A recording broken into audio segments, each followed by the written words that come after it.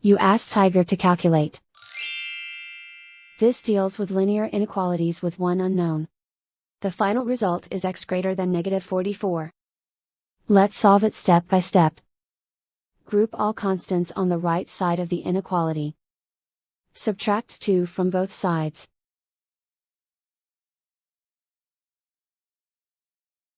Group like terms.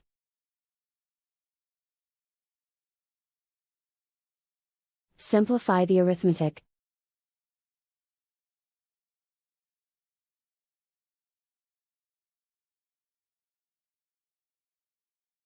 Isolate the x. Multiply both sides by 4.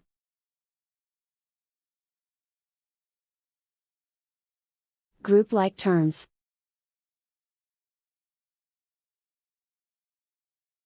Multiply the coefficients.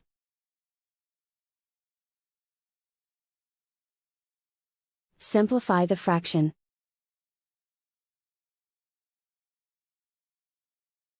Simplify the arithmetic.